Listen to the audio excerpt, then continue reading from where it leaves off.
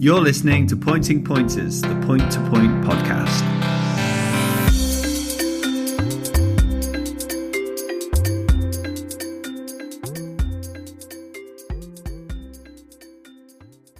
Hello, welcome to Pointing Pointers, Season 5, unbelievably, Episode 2. And if you're watching this on YouTube, which again, you should be, and if you are watching on YouTube, you should like and subscribe because you get notification when we publish a new one. You'll see that we have Charlie Post with us. Charlie, how are you? Yeah, I'm really good, Ben. What are we? Less than 2 weeks away from the start of the season. So it's a really exciting time. It's been a busy summer, obviously lots of change in the pointing world, and can't wait to get cracking with the racing. Yeah, absolutely. Sam, you're looking, someone said to me that you look like Claire Balding, and that is up there with the best insults I've ever heard. I mean, I love that. It's actually, I can see the resemblance, to be honest, which is a worry. I feel like I'm being mean about Claire Balding now, which I'm not. I'm just saying your haircut is very similar.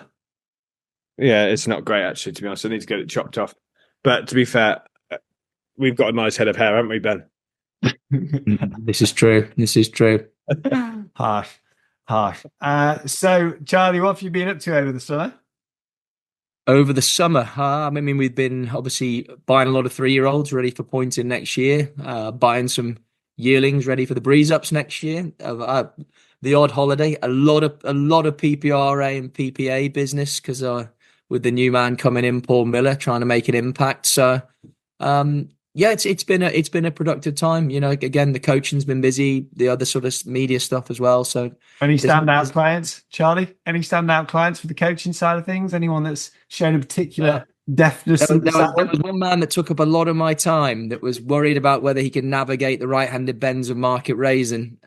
He didn't. There was a late change of horse because he was worried he might be the one person in a charity race to jump the fences.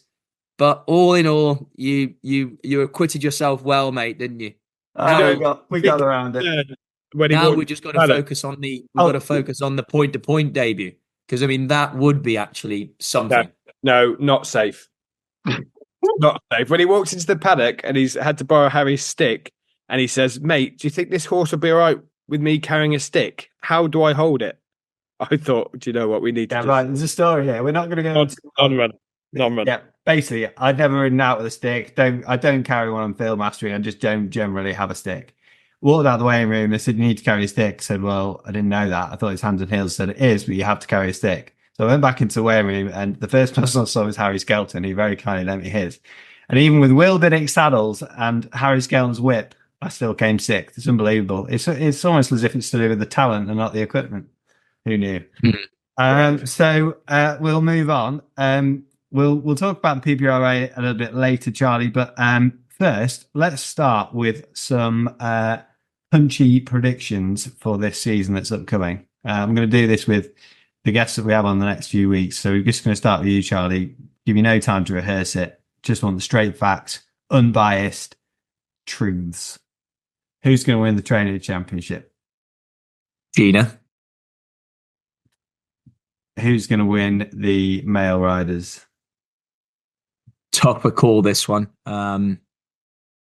James is very hungry, King, but he's going to have to balance a lot of smaller connections. Biddick's lost Chris Barber. It could be interesting this year. Jack? I'll go with Will. I'll go with Biddick. Big call. Female. Gina.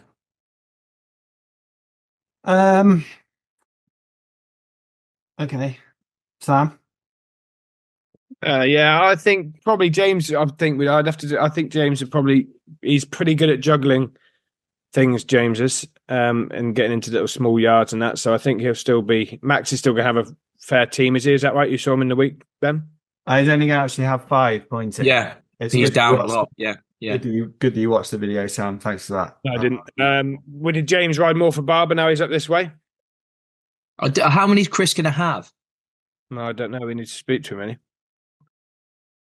That is it's a big move, the Chris Barber one. It was from left field that I didn't see that coming, you know.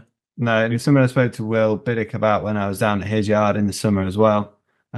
It's quite a geographic switch, and obviously Yeah, it doesn't come north too often, so we will see what happens there. So harder. It's a lot harder, more competitive up north as well in the Midlands than it is down the southwest. I'd say. Yeah. So he's gone for racing. So yeah, as you said, Sam, I was in Matt's Comedies the other day. He's got a really nice team of horses, but he's kind of taken a different approach to Tom. Obviously, he's got less horses on the place, but he's just going to throw most of his ammunition under rules and have 5 kept for pointing. So it'd be really interesting to see what's there. Obviously, he bought that good thing from the Go on, Ben. red sale the other day. Say again. Come on, what's it called? I was just trying to. Why are you calling out on these things? I was just trying to remember the Battle Over Doyen, mate. Yeah, Battle Over Doyen. Yeah, I was going to say Fury Road, which is a bit left field, albeit in the same colours. But yeah, Battle Over Doyen, the hell of a horse to have in the place. But he's like your version of Dunacross, Charlie, I suppose. Like, yeah, I mean, is he good known a rider to ride it as well? Then, like you. Well. No, not yet. So let's move on. Charlie, you'll have seen that the forum has popped up, and I did not speak to you about this before we put it live. We've got up to somewhere over 100 users after the last episode, and that'll keep creeping up over the weeks as people start thinking about pointing in the next couple of weeks. Don't want to put you on the spot, but I'm going to. Do you think a forum as a concept is a good thing for the sport, whether we're doing it or not? 100%, yeah. As in, I think having somewhere for people to have their opinion and healthy debate's a great thing. I mean, it's got to be. I think the jumping for fun one previously ended up a little bit toxic.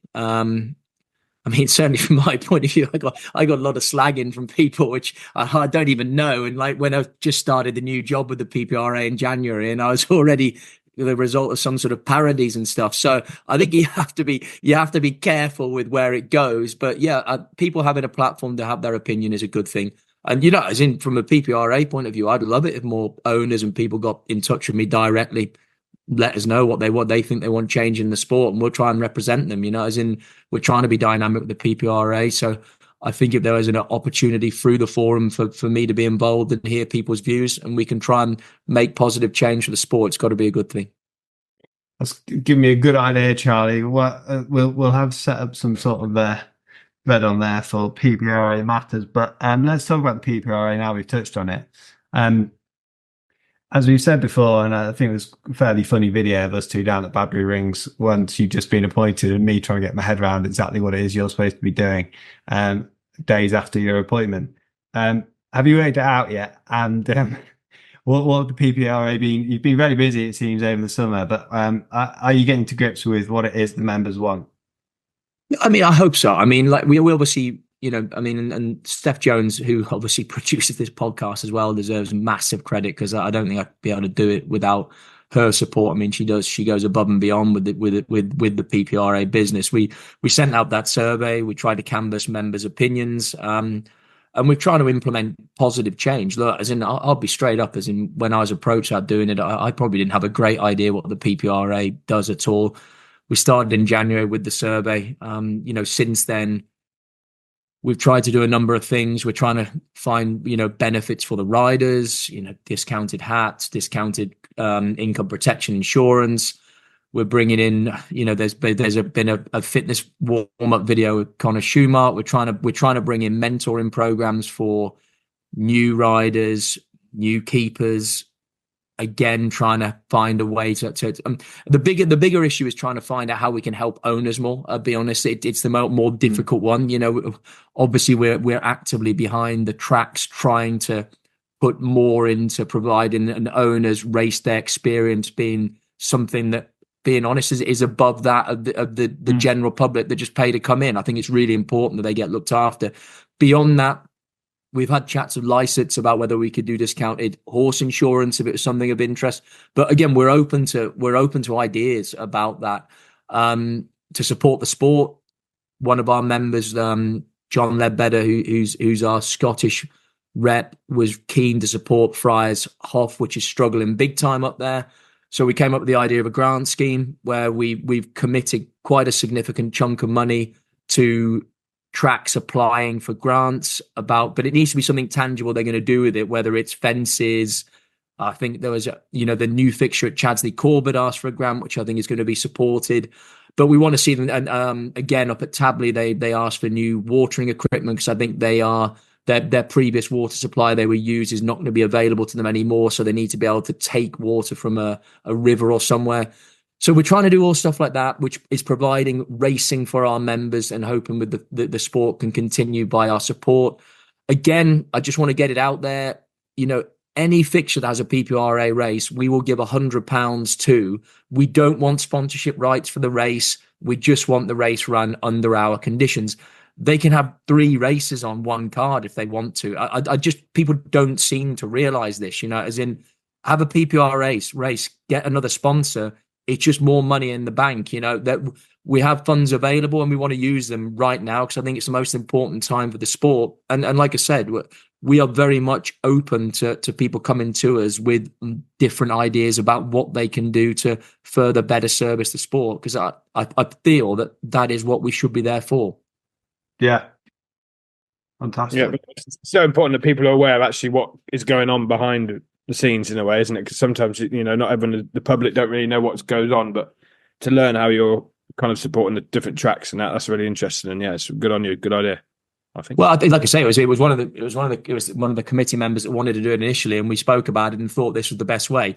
If this goes well this time round, then we will try and, whether we roll out the grant thing again for tracks or whether we do it for something different, we're open to ideas. There are funds available, and I think now is the time to use it and try and promote the sport better and like I say, provide a healthy platform for it going forward. And yeah, the PPRA came in for a lot of stick, and maybe some of it was completely justified. As in, like I said, I wasn't particularly aware of it or the workings of it previously, but I just want people to kind of give us a chance because we're coming in with an open book and we're going to try and give it a nudge and see if we can make some difference. And beyond that, we can only try and do our best. And like I say, be out there being proactive whilst we're a group of volunteers giving up our time for, no pay. And we all have plenty of jobs to do, just like you boys hosting this podcast, Mm. Yeah. How's the mentoring program going? Have you got any further along the lines of that? As in what we're trying to do is and again, it's something that we're going to be working on over the next few weeks is trying to make it easier for people to come into the sport. Sam, yourself, when you were a first-time rider, you were probably fortunate and you had Tom Messenger, Rowan, Stewart, all those like people that have been in the sport forever that probably looked after you, knowing them with a lot of piss taking as well along the way. But I mean, I certainly remember going around to watch your first ride, I think, and it as jockey coaching goes, it wasn't of the positive sort of feedback, but they were there to support you, and I think for people that aren't immersed in the sport, it must be quite a daunting thing to come into. So we want to try and find out when people are first time riders, contact them directly, offer them coaching opportunities if they want them, or just help on a day. How do we, if they're owner keeper riders, how do you enter your horse? What happens when you get to the races?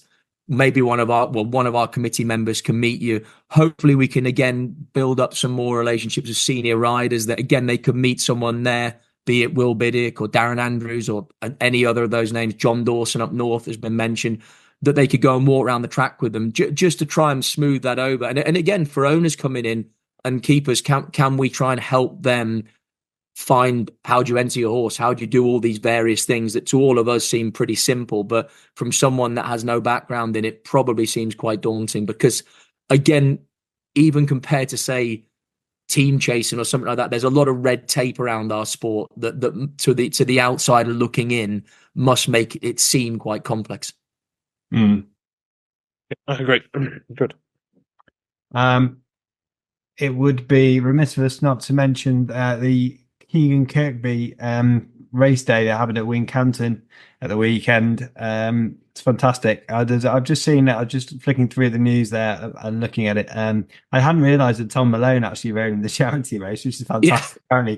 Apparently raised over 30 grand, which is fair going, isn't it? So absolutely fair play to him. They've raised over £50,000 for I assume causes related to Keegan. And it's important for us all to remember a fantastic young man that, came into the sport, was a member of the PPORA, Charlie, and absolutely, loved by many, it seemed. And he was just an enthusiast. And this game needs more enthusiasts, doesn't it? Definitely. I mean, look, as in, fair play to Wincanton, and I think Keegan's family for putting on that day. And like you said, I think Tom Malone lost 20 pounds of weight as well to ride in the race. So, wow. I mean, again, I was coaching a girl that was having her first ride in that. And I did feel maybe Tom Malone, as ex-professional jump jockey, is in swooping in there to win the charity race is I don't know, is it? But at the same time, he raised an enormous amount of money, and yeah, fair play to him. He's got a big profile in the sport. And I think he obviously got a lot of people with plenty of dough behind him putting money up, so that was great for that. And look, it's fantastic that Keegan can be remembered like that. He was a love. I didn't know him personally. I obviously went to his funeral, but just hearing everyone speak about him, he seems like he was a wonderful young man. And hopefully all those people that knew him well and the sport can continue to sort of make us keep remembering him. Yeah, absolutely. Well said. So it all begins in a couple of weeks, and I, for one, am excited. I've mentioned it before, Sam. Doesn't take me much to get excited these days, as you know. No. We are keen, Charlie. We are very keen at this point. Ask us in another few months where I actually can't believe we've been doing this for 5 years. I'm really mental to answer that. Ask us in another couple of months when we're doing the weekly Nick Look bit as well, and we might be off the bridle at that point. But we are currently revved. So what are you excited about as a fan of the sport, as a producer of young horses? Speaking of which, Country Mile ran today and looks like a very, very good horse. A little segue. Tell us about him. Yeah, as in, I'm waiting for Sam to jump in, but I'll start. As in, you can first punch, Charlie. Yeah, I think he's super talented. As in, he looked really good in his bumper on his first start for Dan. That's worked out well. And he was a bit novice-y today, but I mean, Harry was only hands and heels on him, and he won 3/4 of length, but he looked like he won very cozy. He's one of those horses, Ben. Look, he's going to need luck in life. He's quite a keen going revy horse, so he'll need things to go his way. But he's a sort of horse with the profile and the engine that he could just be graded class, and he could be very good if he has luck in life and mentally he goes the right way. So he started life with you. He'll probably want a faster run race, I would have thought, Charlie, won't he? Yeah, I'd say he'd go up in trip as well, Sam, wouldn't he? As in, like, he's one of those that I'd say 2 mile on slow ground, round a big galloping trap like Ayr was a perfect place from the start off. But like it's up in grade, more of a gallop, he could go up in trip as he progresses. I'd say that there's heaps to come, and Dan is such a shrewd operator now, and and again, Dan is a big supporter of British pointing. As in, he bought a hell of a lot of British pointers in recent times, and he knows now, if you want to be champion trainer and you want to train big winners, they can't be 110% ready now. And the horse to me looked like he was, 80% there. Like, as in he jumped a bit novice, he had a blow. Harry gathered him together, and it just hands and heels. And I thought it was like a really, really good introduction, and it bodes well for the future. How did it get beat at Chadley? I could help myself. I could help without creating a bloody lawsuit or something. Zach Baker is the most humorous man in racing, and he was incandescent with rage. But look, it was one of those days. And look, as in, it still worked out. Zach Baker was incandescent with rage. That's not a phrase you hear often, is it? No. But anyway, we move on. So yeah, as a producer of young horses, Charlie, you're presumably this is the time of the year where this is like me and Sam last night, where we decided that 5 horses were definitely going to win today. We were excited about it. we were brimming with kind of excitement about what today was going to hold. Nothing could go wrong. No bubbles could be burst. It's the dream is alive at this stage, Charlie.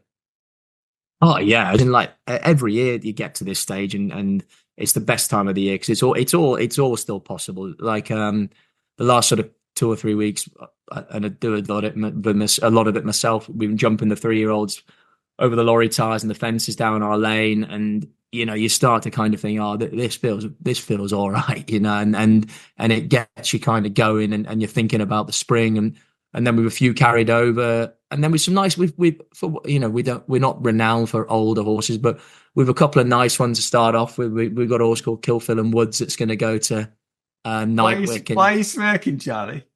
I mean, it's like we bought him from Paul Webber's, and it's for like a really fun group of people, and it's one of those. He's an 8-year-old maiden, so there might be a chance that he's a bit of a fraudster, but he's one of those horses, and what he does at home, and he had a bob round Maysmore, and yeah, he could just be a real fun horse, and I get I think Francesca and I get a real kick out of that as well, as in trying to source a horse relatively cheaply and see them progress through the grades and have some fun with them that way as well, as in and for us, like, without like being all woe is, like, there's a lot of pressure with those young horses when you go in the races. Like, we it's all our own punt, and like, there's no need to feel for any, but like we back ourselves with our own money, and we needed to work out. Whereas you can go racing with a horse like that to Knightwick, and look, if he gets beat, it's not the end of the world. But if he wins in that, it'd be just a great day, and then if he can go forward from there and end up maybe hunter chasing in the spring,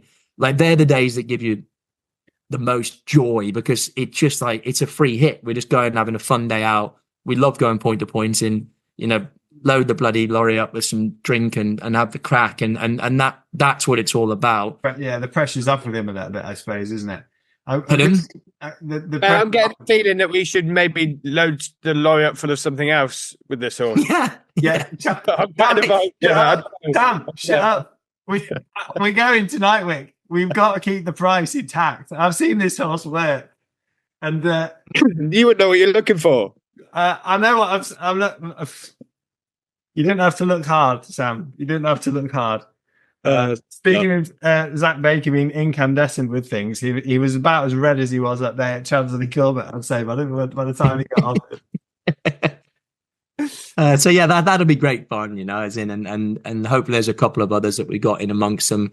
Again, we Fran and I bought a horse cheaply from Ireland the other day that's arrived in the yard, and we like mucking around with stuff like that as well. As in trying to find what those sort of horses, like 4-eater previously that we paid $2,500 for or something like that. That gives you a bit of it's just great fun trying to find something that works out like that and have a nice day, and that's what our sport does better than anything. You get people through the door, they can't help but have a good time, and like I say, you find a fun horse like that with people that are just passionate about the sport, and that's what's great about it.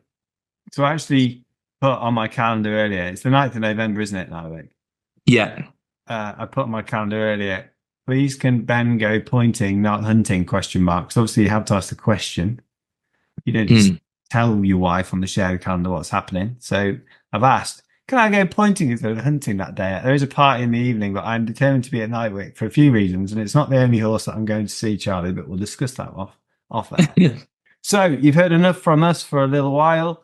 We are going to talk. Sam, I noticed earlier you swerved the question about who's going to be the champion trainer and the champion female pilot, but we'll come back to that in a little bit. But first, let's hear from the main protagonist. We did an interview this week with Izzy Marshall and a novice rider who has got an interesting proposition with a Syndicate horse. And here they are now. Hi, guys. Hope you've had a good summer, and can't quite believe that pointing starts again next weekend, but really looking forward to it. And I think we'll have a few runners across the weekend, and I'm hoping that my first ride will be at Knightwick on a new horse we've got called Sage. So that's really exciting and really looking forward to it. We had a really busy summer at Woodway Farm, and sort of for our lives, I think it was mentioned on the last podcast that Joe and I got married. So yeah, that was back in July, and it was an amazing day, and even though it rained all day, it didn't stop us from having a really good party. So yeah, just really, really good summer. And but now the horses are all back in and getting fit and schooling and galloping, and it's all really exciting at the moment. And I think we've got a really good bunch of horses to look forward to this season. We've got a real variety. We've got some older horses who we've had before, and we've also got some younger and really exciting and progressive horses. So it's just really, really looking forward to sort of hoping to have some good results this year and some good days out. We're still sort of all riding on the high of last year and the fantastic achievement that we and the yard achieved, and just feel really proud of the team and of myself. And yeah, it was just amazing, the championship result. But yeah, I'm under no illusions that this season would be easy to replicate that. Obviously, if it came to it, I would absolutely throw the kitchen sink at it again, and I'd love to win another championship. But I am sure that it's going to be another long season, and yeah, I'd love to win another championship. But Gina is a very fierce competitor, and she's got lots of good horses to ride. So yeah, I think at the moment I'm just really looking forward to starting to run the horses, and I just hope that they stay fit and healthy, and I stay injury free, and that we have a really fun and enjoyable season, and hopefully we have a good amount of winners. So yeah, really looking forward to the season, and I'm sure that I will see either of you or both of you very soon out pointing. Hello, yeah, so Bournemouth Jet, you know, is Brian at home. Came over from Ireland. He was brought over after winning a maiden point in Ireland in April. He came over to Katie Cross, and actually the timing was perfect, really, because it was just when I was starting to think about a plan for next season. Either that, or I was looking for a distraction from my A-levels, but the timing was right anyway. And actually, to be fair, he was fit and ready to go. There are a few fixtures left at the end of last season that he could have possibly run, but we thought he might benefit from an early summer, and we also did not have the funds. So that's how the Syndicate came about, really. We sort of label it the Bournemouth Jet set. And yeah, no, we did a few trial and errors at the beginning of the summer, but we knew we had the time to sort of get it right. And yeah, and then eventually we landed on sort of splitting it into 40 shares of £500, so that's 2.5% for each share. And yeah, the £500 covers the year's training fees and the original cost of Brian. We've got 23 shareholders so far, so getting there slowly, but there's definitely shares still available. And actually, because he did have that early summer, he's really feeling well at the moment, and hopefully ready to go on the 1st of December at Larkhill is the plan anyway. Obviously, the Syndicate's not a get-rich-quick scheme. Definitely more of a bit of fun. You know, he is 7, and he's quite lightly raced. There could be some exciting runs from him. I'd be very grateful for anyone involved, because it's it's a big thing for me to have a horse to ride this season. He's a very nice horse, and I'm very excited for the season with him, and probably overexcited. Yeah, the thing I need to do now, I need to get my fitness in line, because he's doing very well. And then yeah, hopefully we both be ready to roll on the 1st of December. So, Sam, you've heard it from the horse's mouth. Bearing in mind, on last week, have you had any repercussions from your comment about Izzy on last week's show, by the way? Has Joe been in touch to warn you off? Actually, no, he hasn't managed to warn. Which means I think I'm pretty much warned off anyway, mate. It's fine. Yeah, you didn't need Joe's help with that one. No. So, you think James might win the male championship? Who do you think wins the lady riders? I probably would have to go with Charlie with Gina, really. Although I just hope it's a good battle like it was last year, to be honest, because if Gina goes clear early on, then I think, it was great to have a bit of a challenge between the two of them last year, and it really made for an exciting finish. And similar with the trainers title. Obviously, if last year, if it worked out, Gene and Tom's had got added up together, they'd have won, but it didn't. And again, if they have this kind of, they're going to have plenty of ammunition again.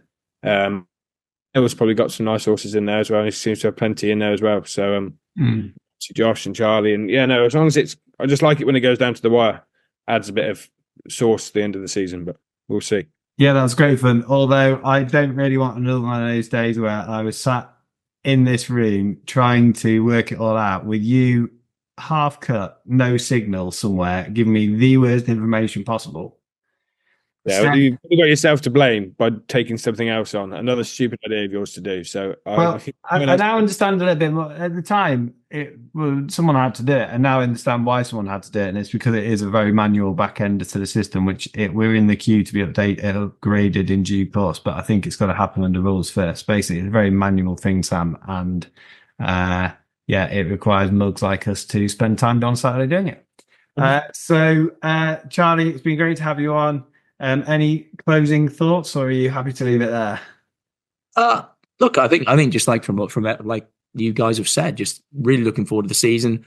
New man in charge, Paul Miller. Like I've had a few conversations with him. We had a really interesting sort of brainstorming strategy day recently, and he's got some great ideas. And I think for all Peter did an incredible job steadying the ship. I think it's going to be fascinating to see what direction he thinks the sport should be moving in, and where we are at the end of the season moving into next. So without wishing our life away, it's going to be an interesting time for the sport.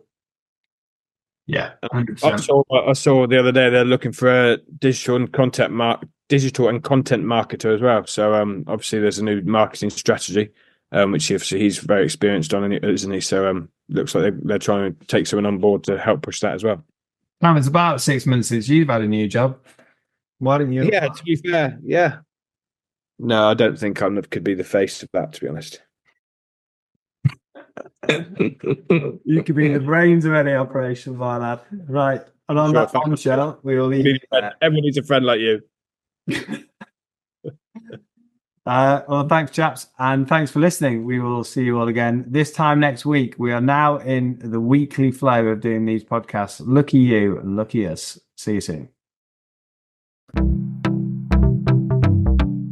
You're listening to Pointing Pointers, the Point to Point podcast.